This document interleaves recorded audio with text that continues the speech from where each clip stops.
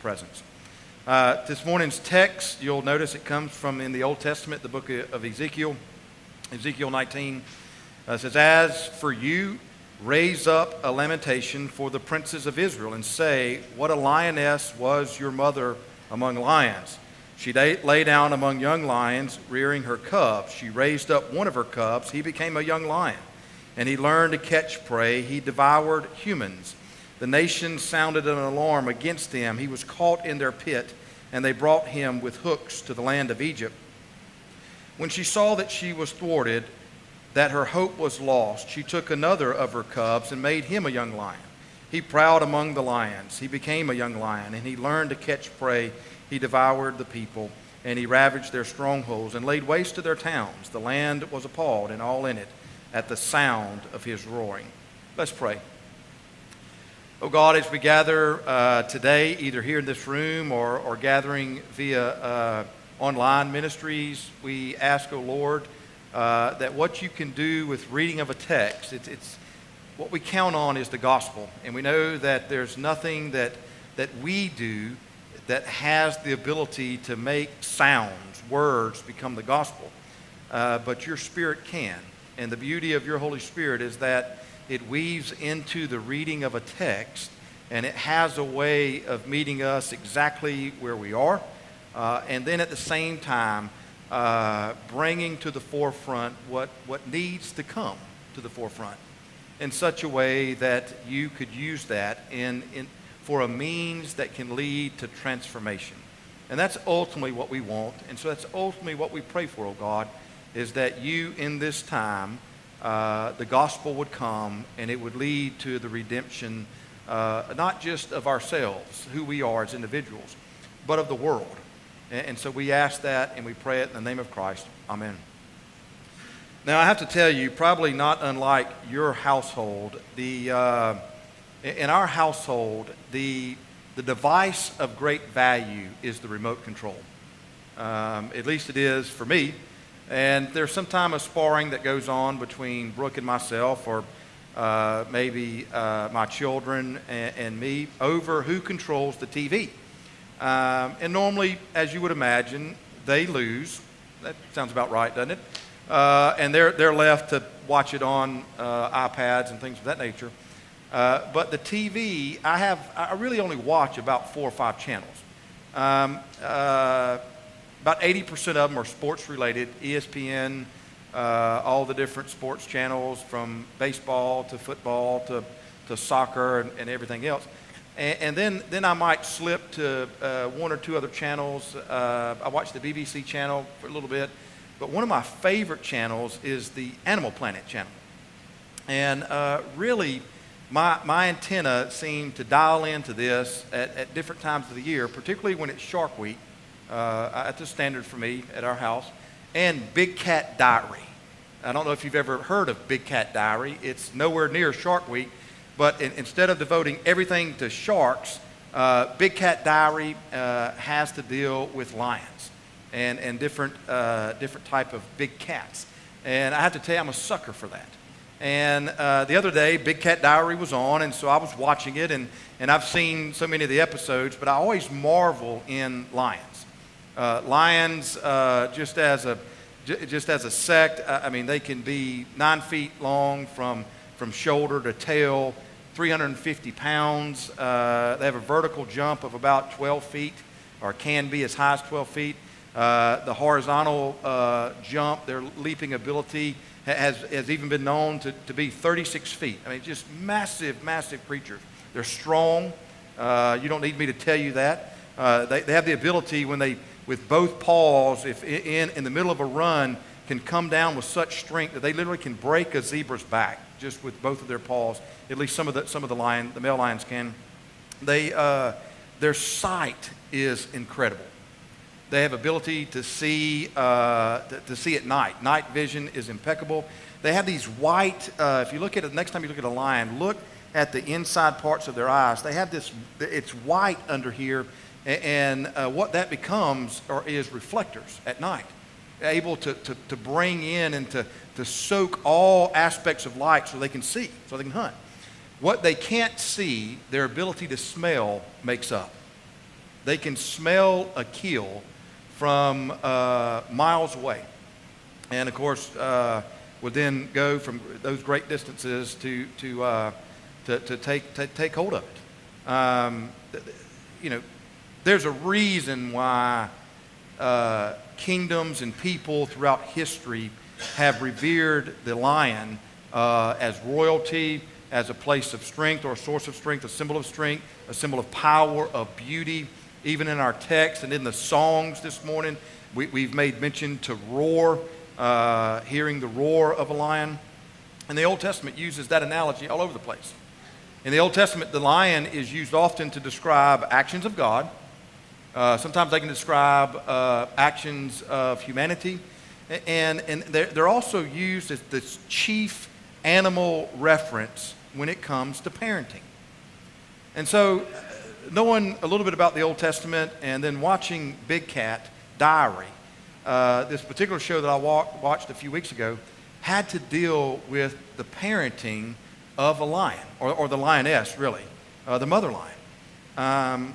The goal, if you ask me what the goal of a parent would be, I would say it's to take a child, and while you have the child, whether it's your child or a child that you have influence over, while you have influence over, to do certain things so that what's presented to the world is a healthy adult.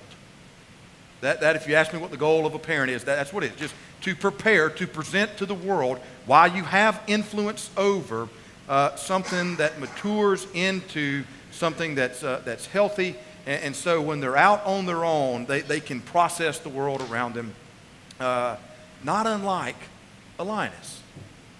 The difference is, for us as humans, we have about 2 decades, maybe longer.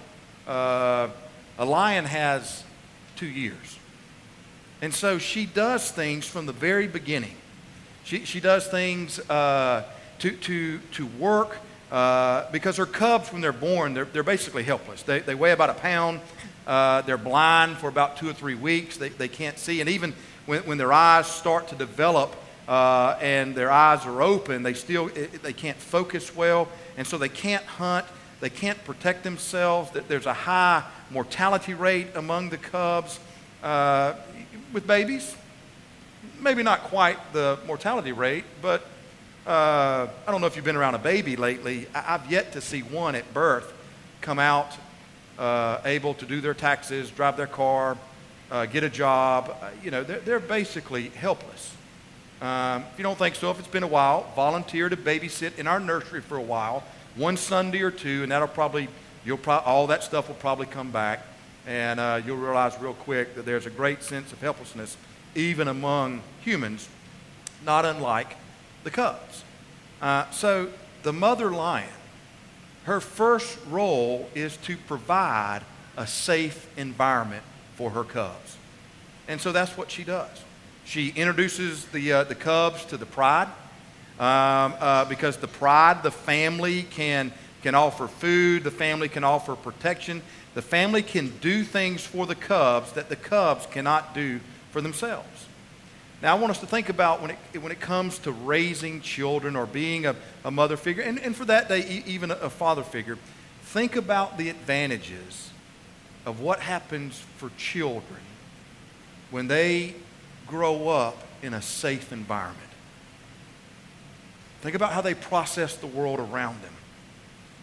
They develop a healthy view of themselves.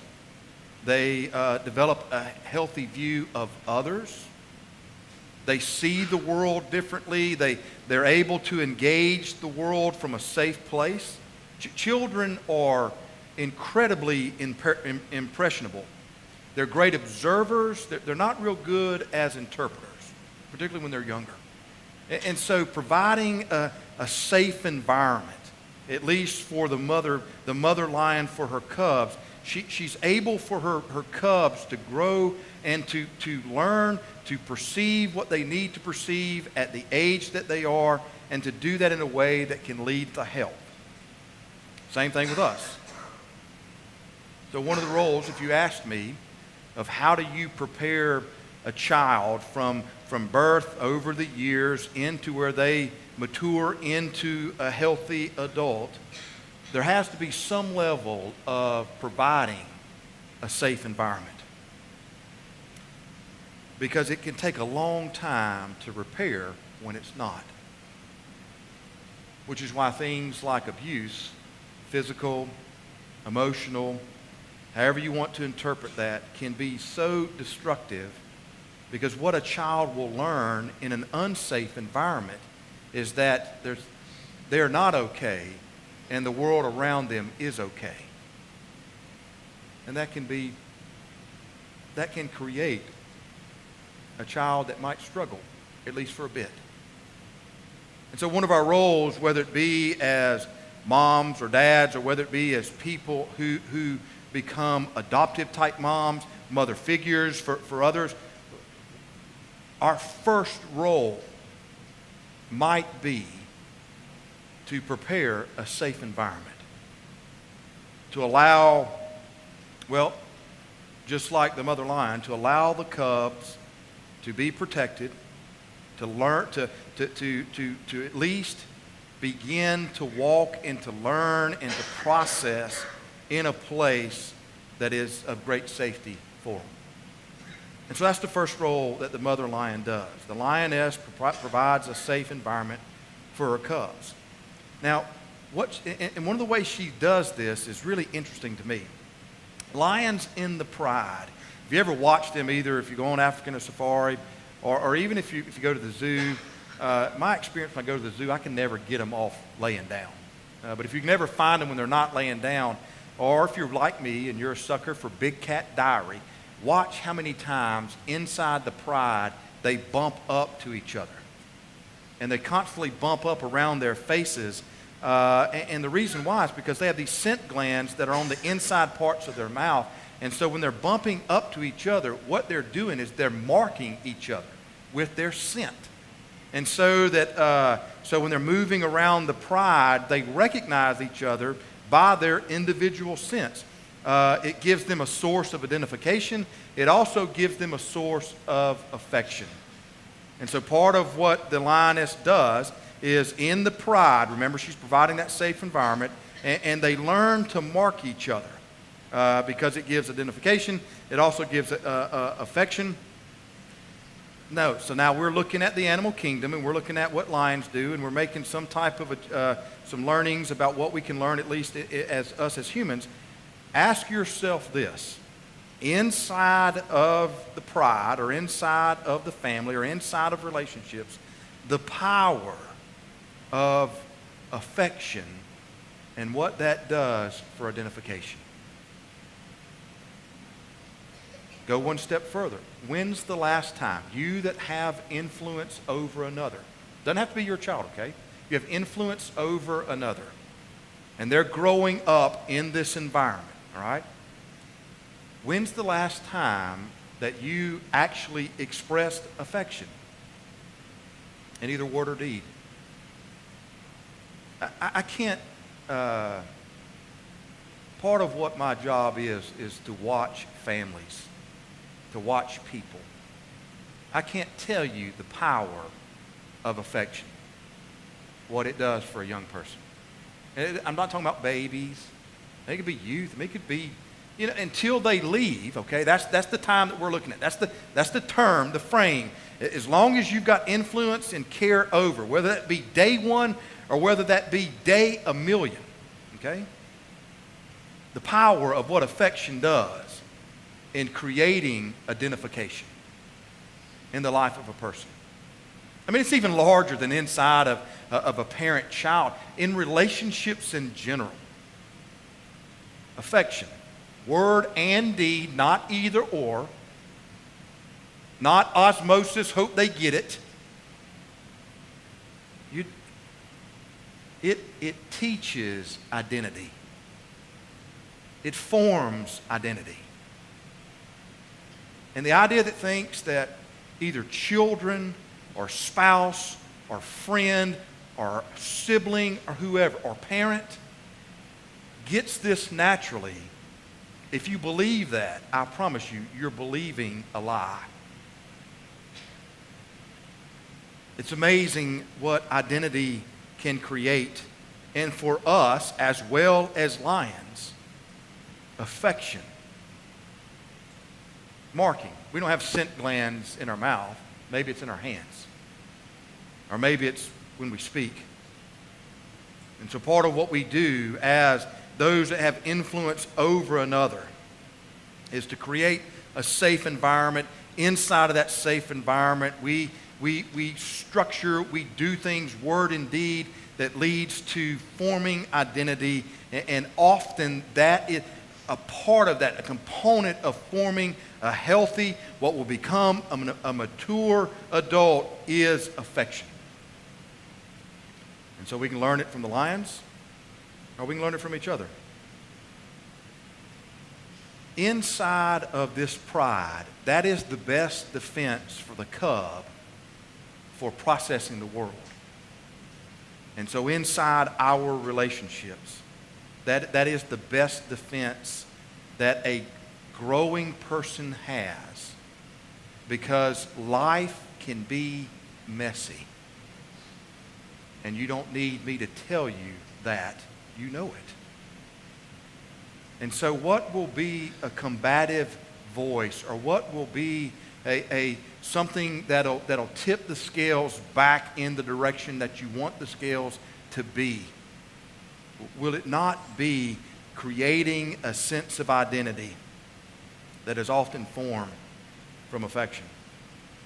And so that's what the mother lion does for about 6 months. That's her whole role. Safe environment, marking the children, identifying the children with the pride, giving affection, care, things of that nature. But after 6 months, her job changes. She weans protection, and she weans the shelter. So, the first 6 months, the cubs are kept away. They're in a place of safety. But after about 6 months, and they can see, they're starting to move. They got some levels of agility, some levels of movement. She then weans that for a purpose, so that the parent then becomes the one who teaches and models. And so if we as parental figures, we as people who have influence of someone else, our role at some point has to go from creating self-environment to at least exposing those that we have influence over, so that they can learn to process and start to do things for themselves. And the best model for that, the best teacher for that, are those that have influence over. And so the lioness, the mother lion, teaches the cubs how to hunt. She exposes the cubs to situations that they can determine when it's time to fight, or when it's determined that they need to flight. She exposes those cubs to those types of situations under her care, but so that they can learn. Her goal now is not just protection. Her goal now is she wants the cubs to learn. And if you think about this, and particularly if you ever watch lions in action, the cubs really stink at it. They're terrible in the beginning.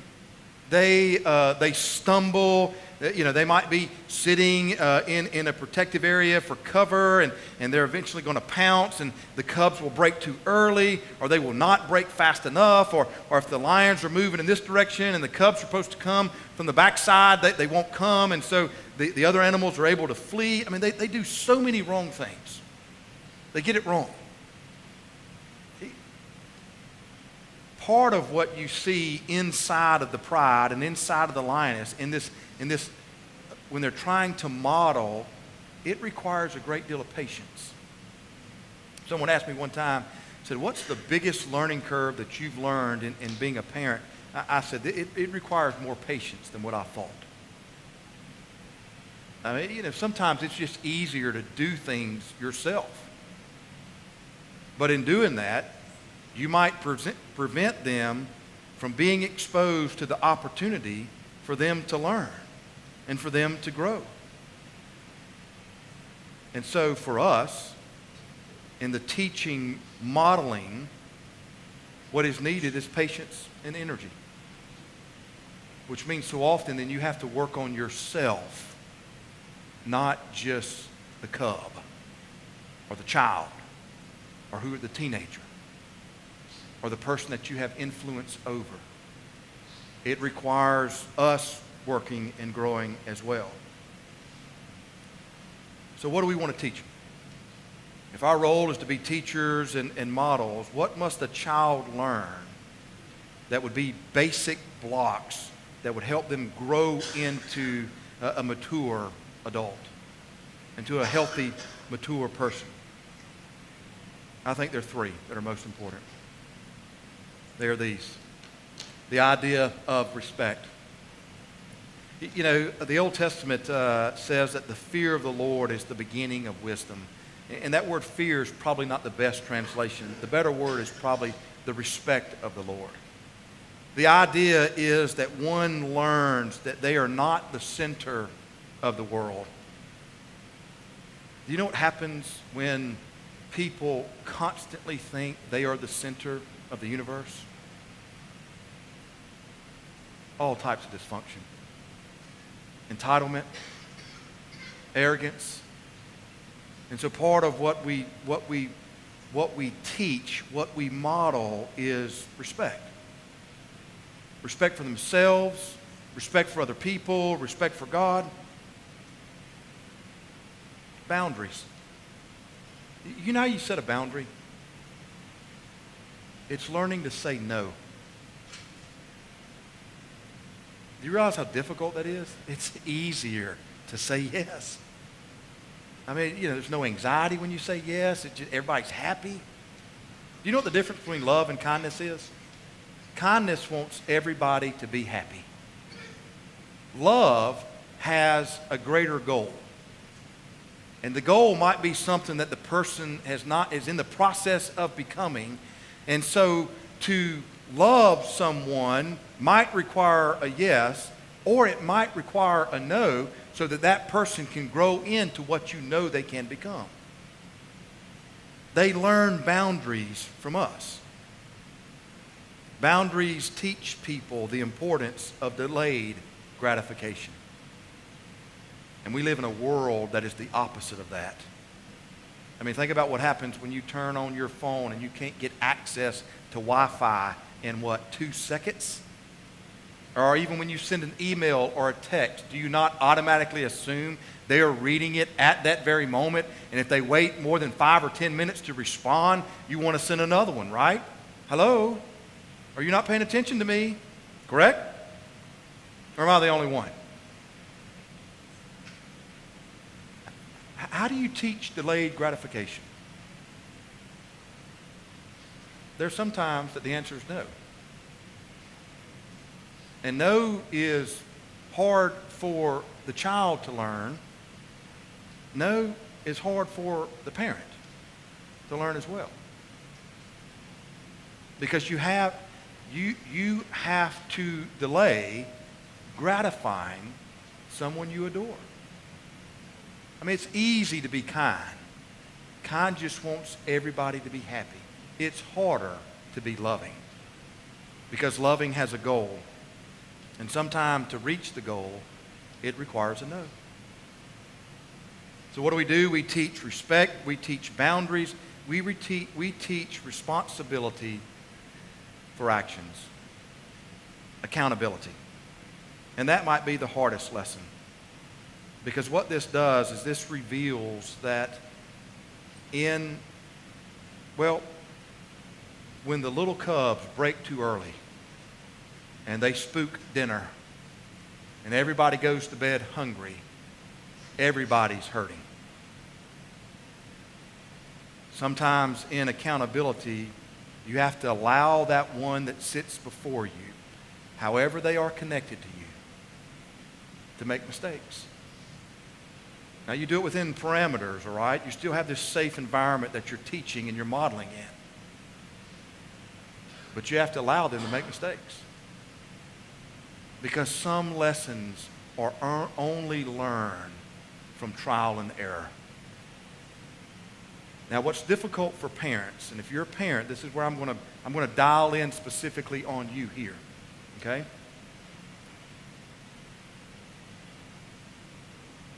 In order to do this means that sometimes, keep in mind, you want to produce a healthy adult to the world. the children don't exist for your needs. It's the other way around. And some of the struggles that we have is when it comes time to allow trial and error, or even to pull back completely and release to the world what you hope is this healthy adult, we still want to keep certain strings attached. How do we do that? We do it financially, or we do it with guilt. Keep in mind what you're ultimately trying to create for the world. A healthy, mature person who can process with or even without you. Is that not ultimately what you want? I mean, what do you want as a parent? If you had to write just a blank check that would say, this is what I hope and want for you, that when you become adult, and if you choose to have a family, or if you choose not to have a family, or when you then become the one that has influence over another, what I want is for you to be healthy. What I want is for you to be mature. And so there are times when, as a parent or as one who has influence over another, the hard thing is to pull your hand back. I know some of you are probably thinking, man, come preach this to my children. I've been wanting them to go for years. Right? You know, that's next week. We're just working about on us this week. It's not easy. I got a book at home that's called Parenting. It's Not for Sissies. It's true. So at least in some levels, we have to work on creating a safe environment. Inside of that safe environment, we work on identifying, we work on mainly through affection, mainly through care. And then as they learn to process some, then the goal is to take our hand off for a while. Little by little, slowly taking our hand off so that they grow, learn. We're modeling, we're teaching, so that for however long we have them, what we push out into the world is a healthy, mature person. For the lions, the chief role of this is the mother. That might be true for us today too. Doesn't excuse the father. Well, maybe it's both. But it's something else to think about on the Mother's Day too. What's our role? What are we doing? How are we creating something that at some point will be out into the world? And so what do we do in order to create this healthy, mature, what will become an adult?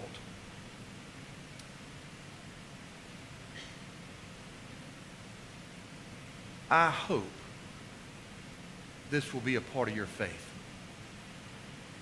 That your belief in God and how you allow your faith to form and to create inside of you, that it also creates and forms inside of those that are beside you. And may God bless us in our endeavors to do so. Let us pray. Oh God, we inside of this room with the people that are here, there's a host of people that are in different places of their life. Some are on the receiving end. Some are on the giving end. The good news is that you know where we're at. And so inside of every relationship, not just parent-child, it could be spouse to spouse, it could be friend to friend. What we want is to be a part of something that creates maturity and that creates health. And for those that in our word and our deed, we have the ability to affect someone else.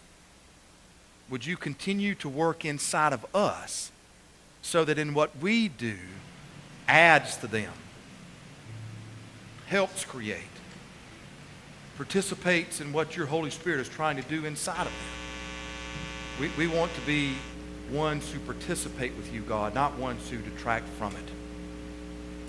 For those of us that this might require forgiveness, that this might require reconciliation, work inside of us, O God, in ways that lead, that add to your kingdom, we pray.